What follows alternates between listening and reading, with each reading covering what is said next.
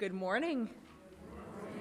Whether you are here in the sanctuary or you are watching from the library or from home, it's wonderful for us all to be together. As we gather together this morning and we settle into this hour, I share the words of Kathy A. Huff. May they help center our hearts and our minds for worship, for this time that we set aside to lift up that which is of worth. Spirit of life, be present with us this hour.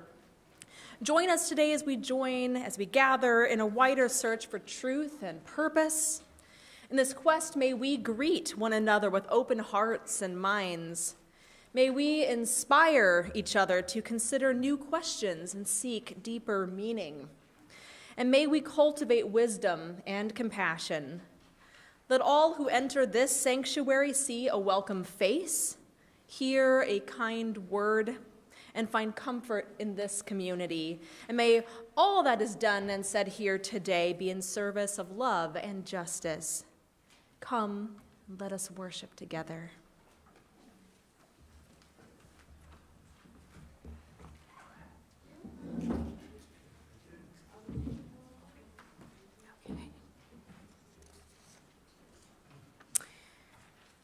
It is time to light our chalice, the symbol of our Unitarian Universalist faith tradition. This morning, we remember the origin of our flaming chalice as a symbol of Unitarian Universalist efforts to help people escape persecution and find safety during World War II, the Second World War. May it always serve as a beacon of hope. So now, would a volunteer be willing to come forward and light our chalice? Someone? Maybe one of the children? Wonderful. Please come. Please rise now as you're able for our chalice lighting words, which are on our screen, and let's say them together as our chalice is lit. Love is the spirit of this fellowship, and service is its law. This is our great covenant, to dwell together in peace, to seek the truth in love, and to help one another. Thank you. And now please remain standing for our opening hymn, number 1039 in your blue teal hymnal, Be Thou With Us.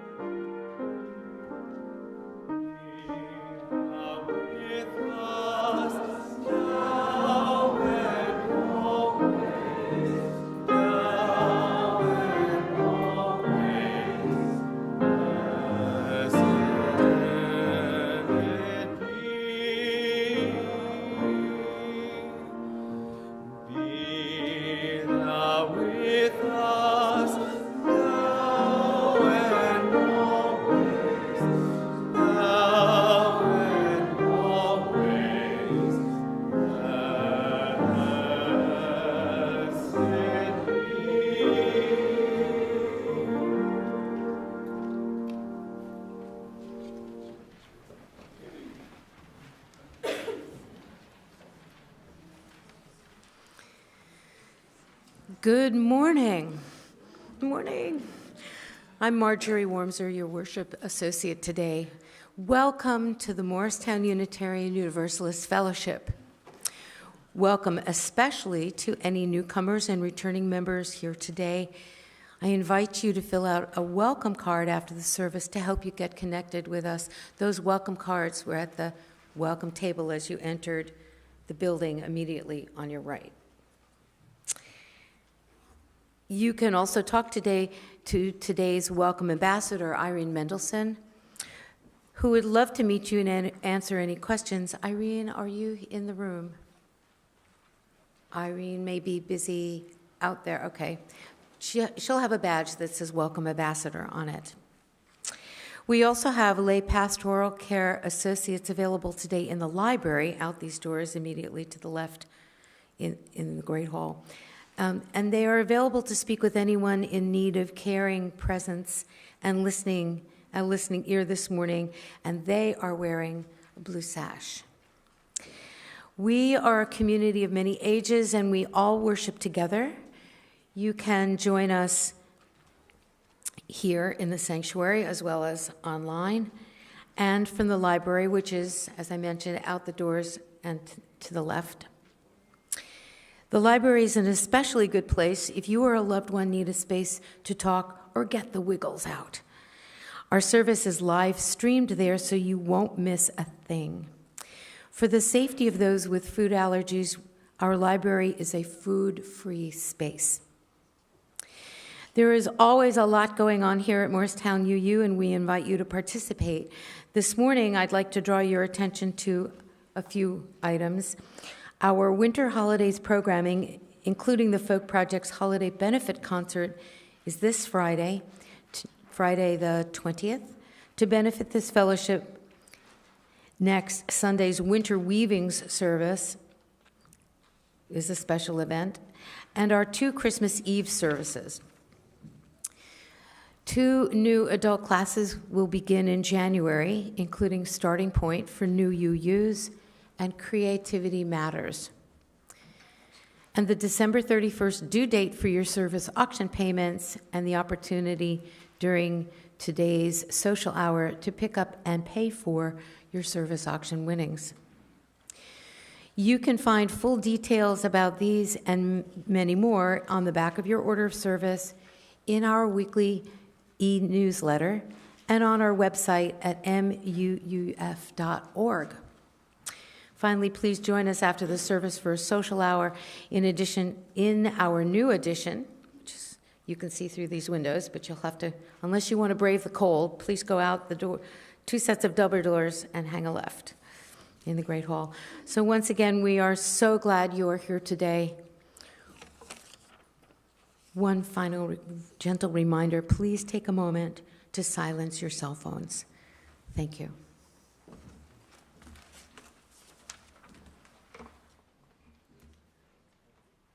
All right.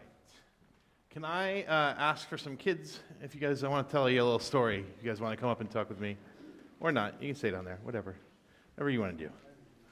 No rules.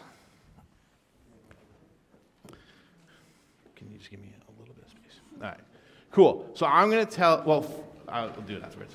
I'm going to ask the adults a question first. You guys can witness for me.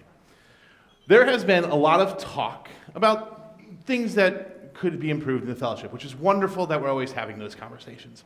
One of the things that I, as the person who runs these guys, has been particularly been on my radar is the need for childcare, which we haven't had a childcare dedicated little kid service in here.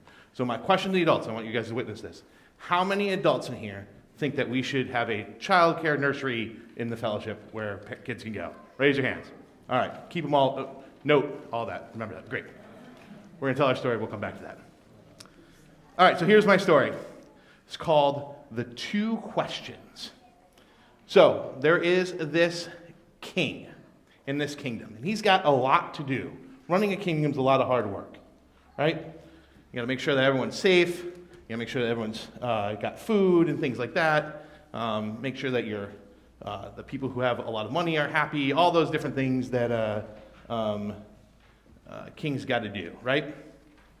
But sometimes it's hard. It was hard for this king, and you guys might feel this sometimes too, to figure out what is the most important thing to do, right? There's only so many things we can do in a day, and so we have to make some hard choices. So the king was struggling with this. Have you guys ever had a lot of things to do and you don't know which one to do first? No? No? All right, good. Keep it easy for you guys. Us adults have a lot of things that we have to juggle and need to figure that out.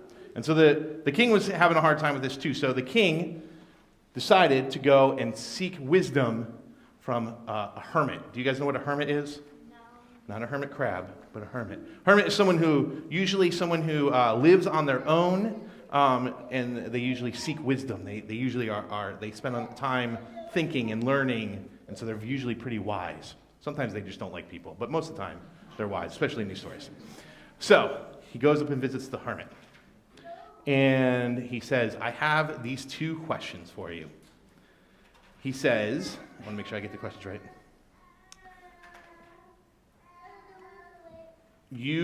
I need to figure out who to take care of first and what the most important thing is to do, right? Those are my 2 questions that I need my help for.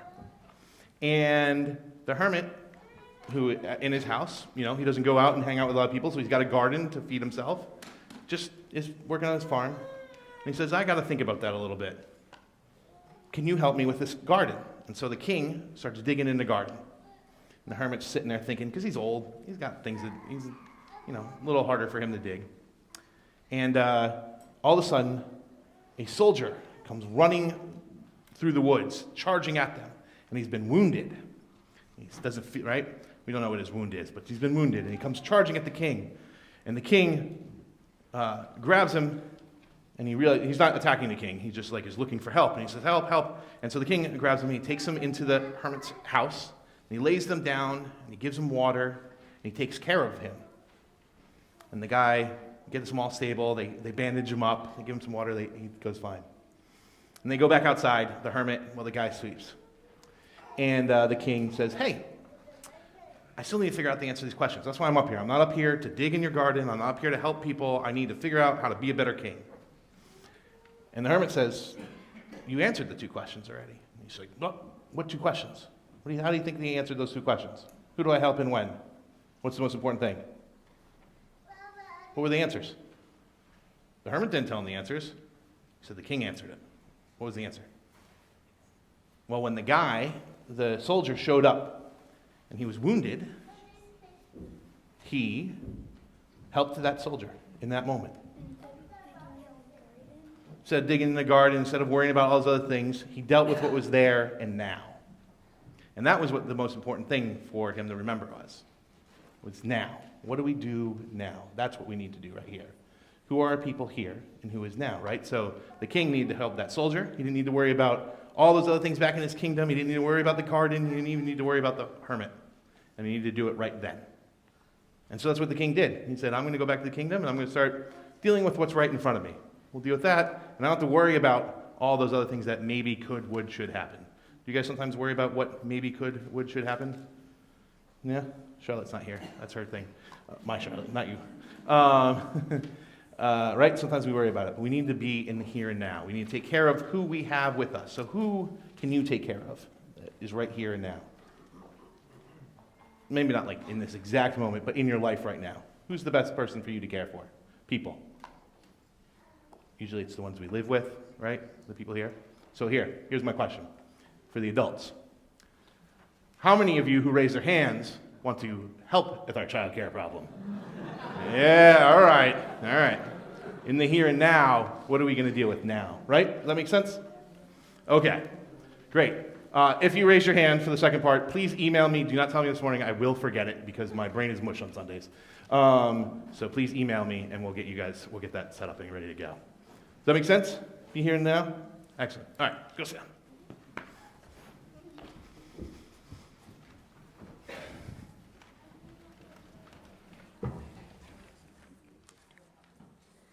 Skipping ahead a bit. There we are.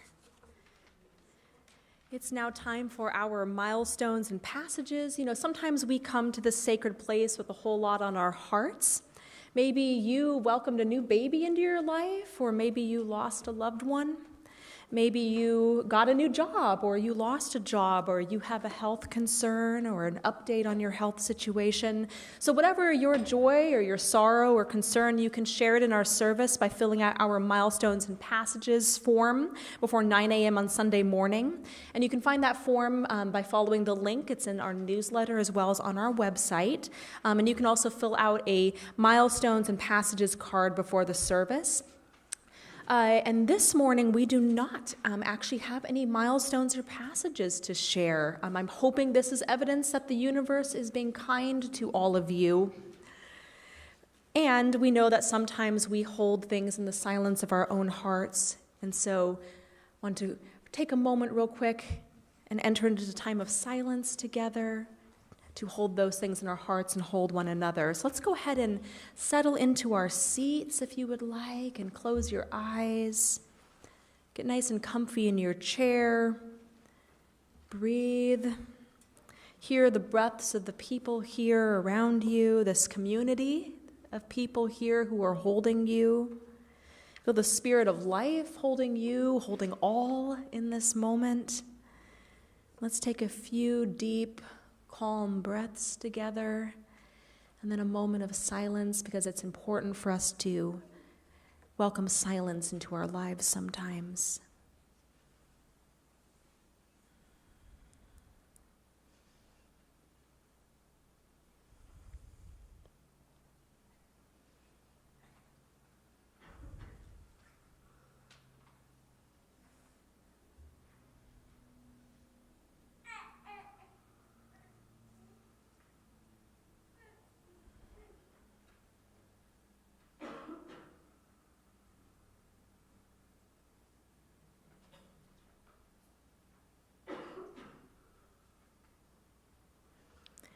Amen and blessed be. Now let's go ahead and please remain seated as we sing our meditation song together. It's number 15 in your gray hymnal if you prefer to use your hymnal, The Lone Wild Bird.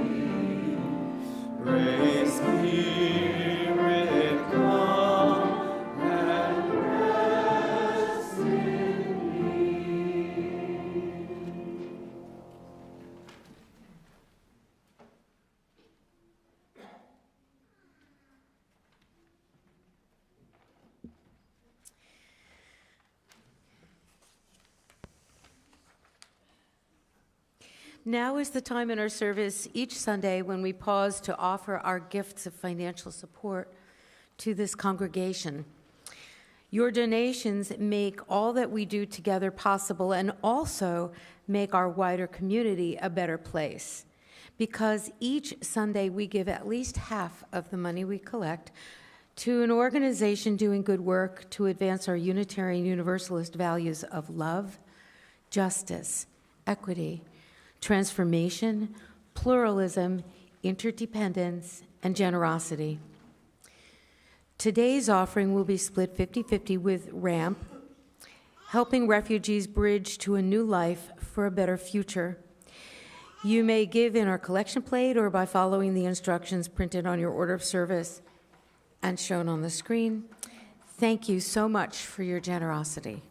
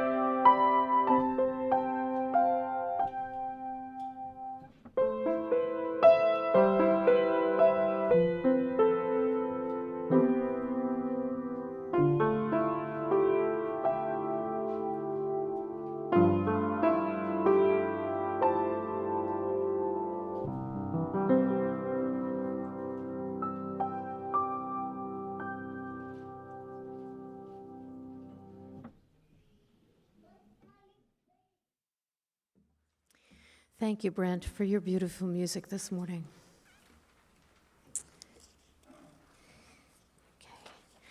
Our reading this morning is an excerpt entitled The Importance of Presence from the book Held, Showing Up for Each Other's Mental Health by Barbara F. Myers, who writes, "Once during my ministerial internship, a woman I'll call Clara came up to me during the hustle and bustle before the Sunday service. I knew that Clara struggled with anxiety.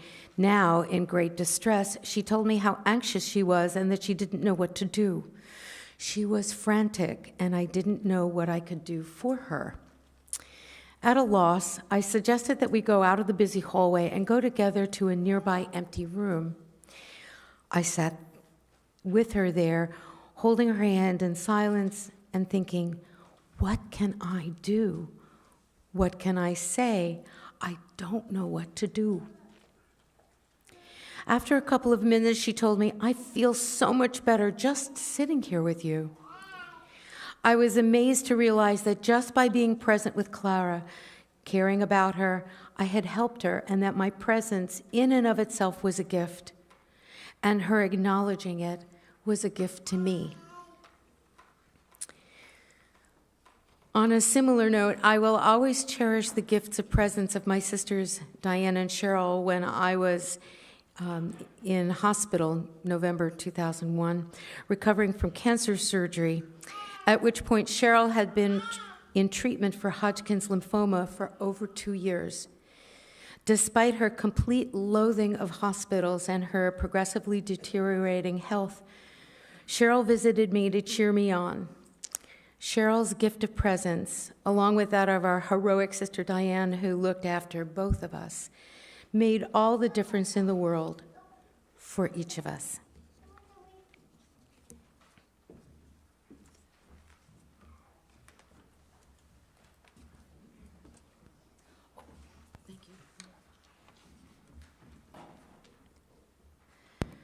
I once read a story by Denise Tracy about the Unitarian minister and transcendentalist Ralph Waldo Emerson and his daughter, Ellen. Whenever the holiday season approaches and we start thinking about gifts and gift giving, that story comes back to me, and it goes something like this. So once upon a time in New England, the Unitarian minister and transcendentalist Ralph Waldo Emerson was pondering what he should get his beloved daughter Ellen for her birthday. And he began suggesting all of these ideas to her, each idea more elaborate than the last. Would she like perfume for her birthday? Would she like a pony for her birthday? Would she like a whole circus? And to his surprise, to each of his ideas, Ellen said, no.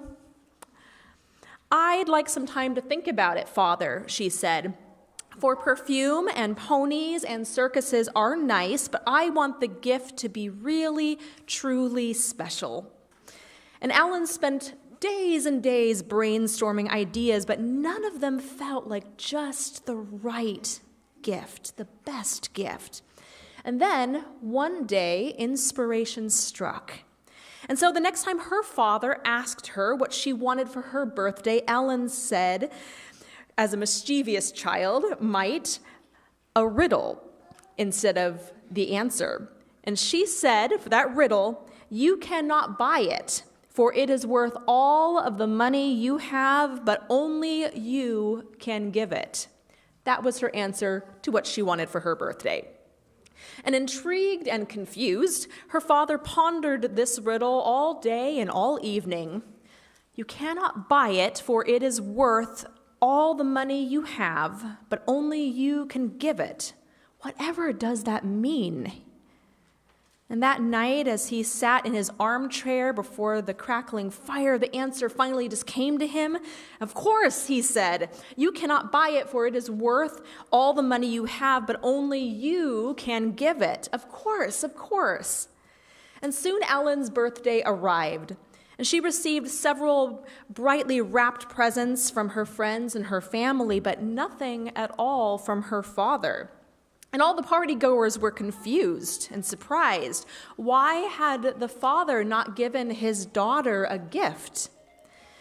But Ellen and her father just smiled at each other because they knew the secret. And then at the end of the party, Emerson announced that it was time for him to give his gift to Ellen.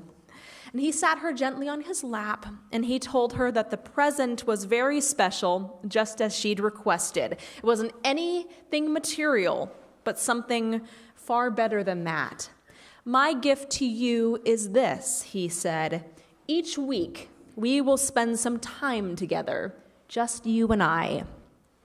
And Ellen's face just completely lit up as she realized that her father had figured out her riddle, the most priceless gift, the one that only you can give, is yourself. And so whenever I think about the gift of presence, I'm reminded of my preparation for ministry about 13 or so years ago. And as part of our training, all you ministers go through something called clinical pastoral education, or CPE. And we can do CPE at a prison, at a shelter, at a hospice center, or anywhere else that serves people in need. Now, I did my clinical pastoral education at a hospital, at the Banner Good Samaritan Medical Center, which is a level 1 trauma center and quaternary care hospital in Phoenix, Arizona. And there I took clinical pastoral education classes with the hospital's Department of Spiritual Care and learned to offer spiritual care myself as a chaplain intern. When I first started my CPE program, I was nervous, just like the ministerial intern in the reading that Marjorie shared earlier was nervous when she was called upon to provide spiritual care to a congregant for the first time. I knew that I was going to be serving people who were going through some of the hardest times in their lives, and I wanted to do a good job. I wanted my presence there with them to comfort them in their time of need, and I didn't want to do or say the wrong thing or make their painful time even harder to bear.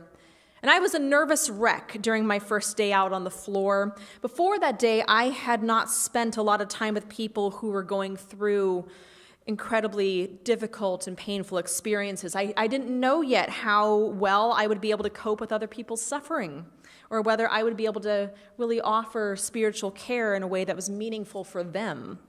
And mind you, I wasn't completely sheltered. I'd been through a thing or two by that point in my life, but I was in my mid-20s back then, and there were some things that I just hadn't encountered yet in life. I had never been with someone as they lay dying. I had never ministered to shocked and grieving parents as they mourned a sudden fetal death. I had never been with somebody who was in incredible pain or who had just received a really scary diagnosis.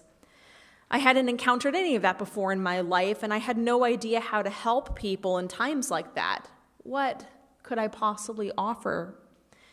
Now, if you have ever worked in a hospital before, you know that there's something really important that staff have to deal with. Something important, but something also really tedious and time-consuming, and that something is charting.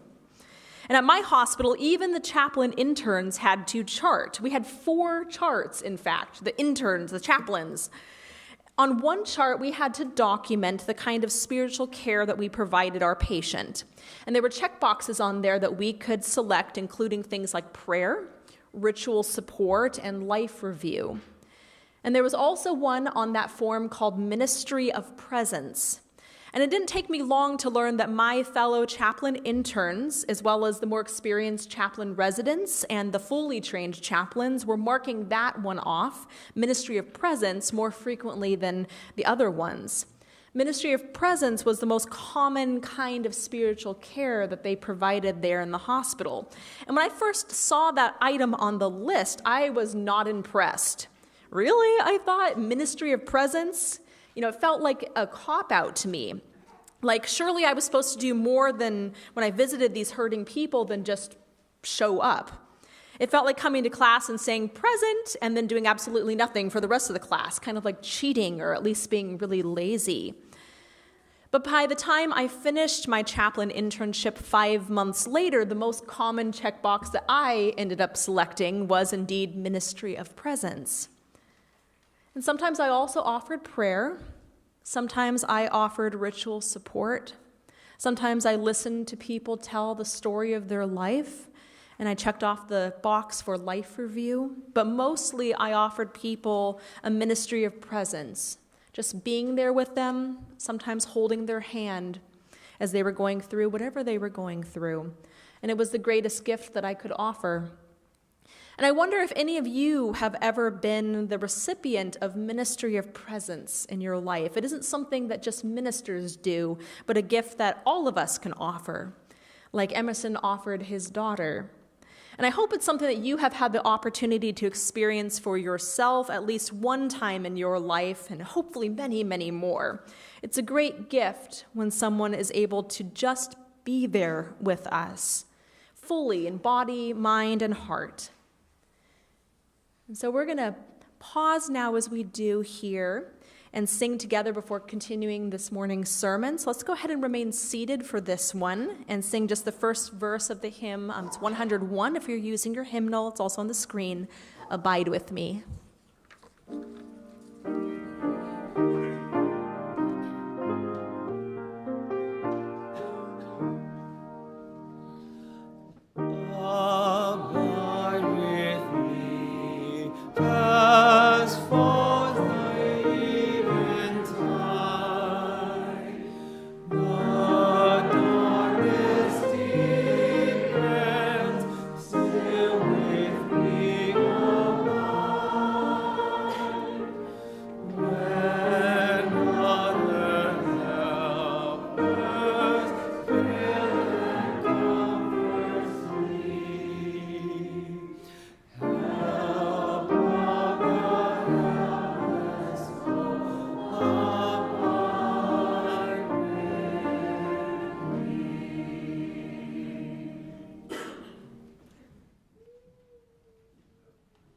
Probably have people in our lives who are great at just being with us, at offering that gift of presence to us. And we all probably have people in our lives too who may not be that great at just being with us, or who may be great at being with us some of the time, but may really struggle to be with us at other times. You've probably heard the phrase before, fair weather friends. You know, we all have people in our lives who are very good at being there for us, being with us, being fully present when things are good, but who disappear in body or spirit when things maybe aren't so great. Fair weather friends are not necessarily bad friends, mind you. These are people who will take delight in your joys and show up for things that you love, even when those things aren't necessarily their own cup of tea, because they love you and they know that they're important to you. Fair weather friends can also be great listeners when you're sharing things that are a little bit more easy and comfortable to share. When you share your joy, they can be all about your joy, eager to hear every last detail. And that is a gift of presence. But though fair weather friends may actually be good friends or good family members, they aren't necessarily good at being with you through all of life's up and downs. After all, it's easy to be with someone when everything is sunshine and rainbows for both of you. The experience is smooth and pleasant. In the fair weather times of our lives, our hearts may be light as a breeze, content and at ease, and our minds may be clear as a blue sky. No stormy clouds trouble us, and anxieties are far, far away. But we know that life isn't always fair weather, right? Sometimes trouble rains down on us, and in those times, fair weather friends sometimes disappear. They may disappear in body, like when someone refuses to visit a loved one who is going through something hard, only to show up again all smiles once the difficulty has passed. Or fair weather friends may disappear in spirit. They may be there with you in body, but their minds may be far away, distracted or avoidant. But there are also rain and shine friends, and I hope we all have at least one of those in our lives too.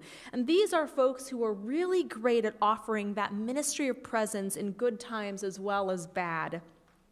They're people that you can bring your broken heart to, or your moody self, or your troubled mind. They might be a little bit uncomfortable, because that's only human, but they won't be scared off by it. They're able to be in the presence of another's pain and remain connected and in relationship. They are people who can witness another human being in the fullness of that person's being and stick around. Now, some people have a true gift of presence, a talent for it, you might say. They may be natural-born listeners or have a talent for nurturing others. But talent or no, we can all offer a ministry of presence. And one way that we can do that, a way that I have found especially helpful in my own life, is figuring out for yourself what your own personal obstacles are to being fully present and then working to address them. You know, we each have some obstacles to being fully present, even if we're natural at it. And I wonder if sometimes you have perhaps encountered one of the following presence killers in yourself. So maybe you are really, really busy, like the king in the story earlier. Work life, school life, parenting, or other commitments just kind of press on you from all sides. And it can be really overwhelming, and it leaves you feeling like something is always falling by the wayside. And maybe sometimes, maybe often, that something is time spent with loved ones. And so you may miss the birthday party or the ball game or the recital. You are physically absent from the lives of your loved ones. Maybe Emerson had that problem before he offered his daughter the gift of his time every week. Maybe that's why she asked for that. Or maybe the disruptions to your plans are what's really hard for you, both mentally and emotionally. If someone comes to you out of the blue and suddenly needs your time and attention, and you've already got plans for your time and attention, you might find it hard to be fully present to them, even if you pencil them in. The clock is ticking away as you're meeting with them, and you've got things to do. And so even if the other person is right there in front of you, you're not really with them in spirit. Or maybe your schedule isn't all that busy, but your mind is. Perhaps your loved one wants to talk to you, but so does your mind, and it just will not shut up. Your loved one is talking to you, but your mind is yammering away at you about something else entirely. And maybe you know that you should try to pay attention, but your thoughts are just so much more interesting. And so you are right there in body, but your mind is wandering 1,000 miles away. Or maybe when someone else is trying to share a story with you, as an opportunity to get closer to you and to be known by you, you are reminded so much by their story of your own experiences that you change the subject so that you can share your own story. As a result, a great chance for you to be fully present to another person turns into a great chance for them to be fully present to you. And so that moment to connect is lost. So these are just a few of the things that we may sometimes find ourselves doing that can undermine our ability to be fully present to the people right there in front of us in our lives. But there's good news, because when we become aware of our own unique weaknesses in this regard, we can do things to address them in the future. We can get better at offering the gift of presence. And we can also work to adopt better habits that help us to be more fully present to one another in rain or in shine. And we'll explore some of those in a moment, but we're going to go ahead and take another little break now. And let's go ahead and take an opportunity to stretch our arms and legs by getting up in body or spirit. And we're going to sing the second verse of our hymn. Again, it's 101, Abide With Me.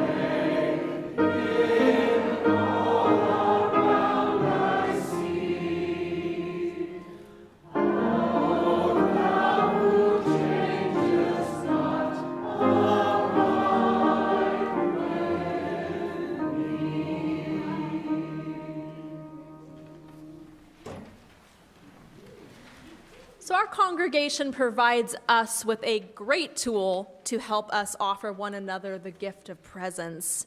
Here at the Morristown Unitarian Universalist Fellowship, we are all learning to offer one another the gift of presence.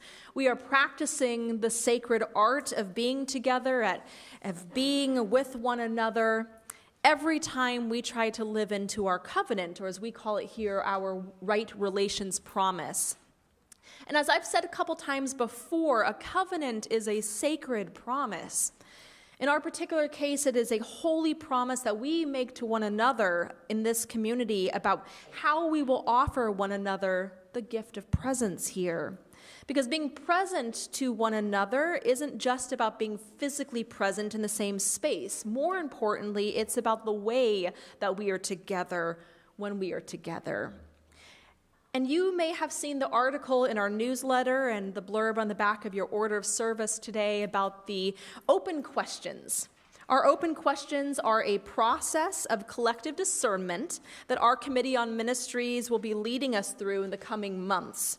We will be exploring the first of these open questions, what does it mean to be welcoming, in January, and your answers as a community to those questions will help shape the vision of ministry that the board and I will cast for the next program year beginning in September 2025. So it's really important that everybody participate in these conversations.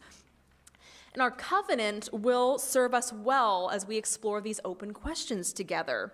It will help us to remain fully present to one another, allowing us to really hear one another more clearly and remain in relationship with one another across difference as we engage in collective discernment about some things that are really important to us. Several parts of our covenant address the gift of presence that we can offer one another, and let me share just a few of those with you. One of them is, I will listen attentively, acknowledge others' views, and try to imagine holding their opinions. And that is a really great way of offering one another the gift of presence. You know, when we are fully present to someone else, we aren't just there with them in body. Our hearts and our minds are also engaged, listening and connecting and working to understand them as a whole person. And in the process, we make them feel truly seen and heard, showing them through our gift of presence that their presence is valued as well. Here's another line from our covenant. I will refrain from judging other people's motives and opinions. When we withhold our judgment, we allow ourselves to see one another more clearly, without layers and layers of our own stuff that we sometimes can pile upon other people.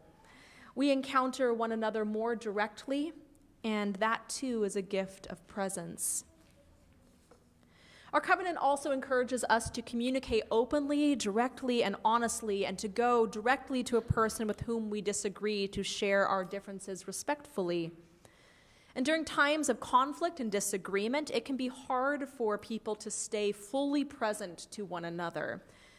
Those times can feel a little bit threatening sometimes, and so we might want to disengage or shut one another down or back off. Or it may feel even more comfortable to take our anxiety elsewhere, such as to a third party who might agree with us, because that's an easier conversation to have than to speak directly with those we disagree with. But when we instead move toward relationship, when we lean more into relationship, remaining present to those we disagree with, we have the ability to resolve our differences and strengthen our connections to one another. I've already had the pleasure of witnessing folks here in this congregation using this part of our covenant, and I'm grateful to you whenever you turn to our right relations promise to help repair your relationships with one another. This is how we can remain present to one another, even if feelings sometimes get frayed, as they do in community. Our covenant also invites us to be patient with ourselves, others, and the process of change. It can be hard sometimes to stay present in the moment, and present with one another when we're struggling with impatience. We want to rush on, rather than stay with one another in that moment. But when we work on just slowing down and being patient, really being there with the person right in front of us, we can stay present through things that take a bit of time, as most important things do. And finally, our covenant encourages us to allow space for feelings and emotions, ours and others. And you may have seen a funny meme that's been floating around on social media recently, and I'm wondering if we can get this on the screen. This meme floating around on social media. It is a photo of the co-stars of the movie Wicked, which is a musical, sitting kind of awkwardly next to one another, holding fingers. And the photo captures a moment in a recent interview. The interviewer was talking about how, in the wake of the presidential election, people were taking the lyrics of Defying Gravity, which is a song in the musical with lyrics in it like, they will never bring us down, and that people were really holding space with that. And this photo captures a moment when the co-stars, who confessed later that they had absolutely no idea what holding space means, grew really anxious about how to respond, and so they reached out to one another in this moment for emotional support. And to me, this meme is funny, but it's also kind of touching, because in the stars' confusion about the words holding space, they actually ended up holding space for one another.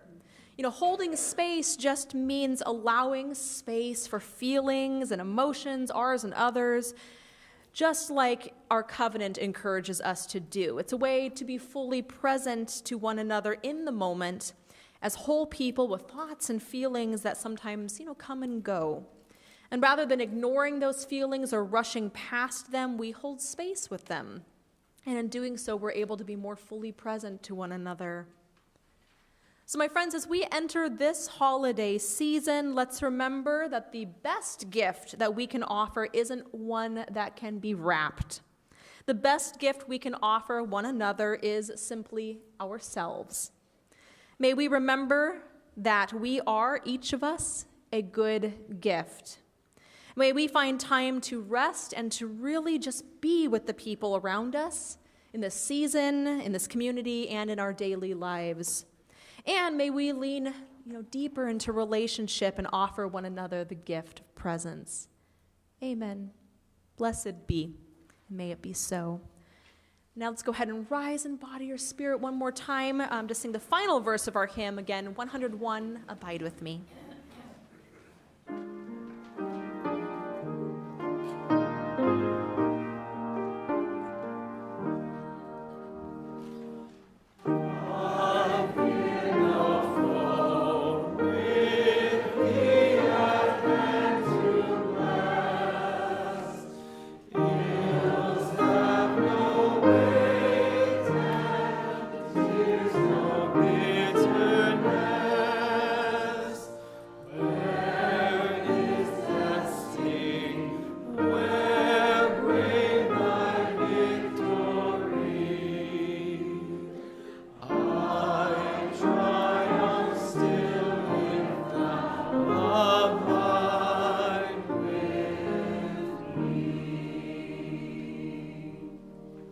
Be seated. It's time now for us to bring our time of worship to a close, but as we extinguish this chalice flame, its light will continue to burn in our hearts.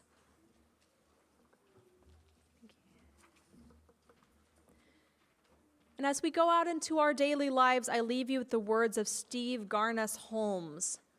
Loving one, free us from self-enclosure to trust we are fully loved and heard, so that we can love and hear others. Help us to be fully present, to be aware of ourselves, our reactions, our wounds, fears, and filters, and to mindfully, lightly hold them aside so we can be fully present for others, truly listening, opening a space in us for them to be safe, to be true, to be free. May we be a spacious and welcoming presence to offer people the precious gift of being heard, being seen, being witnessed. Amen. Blessed be, and go in peace.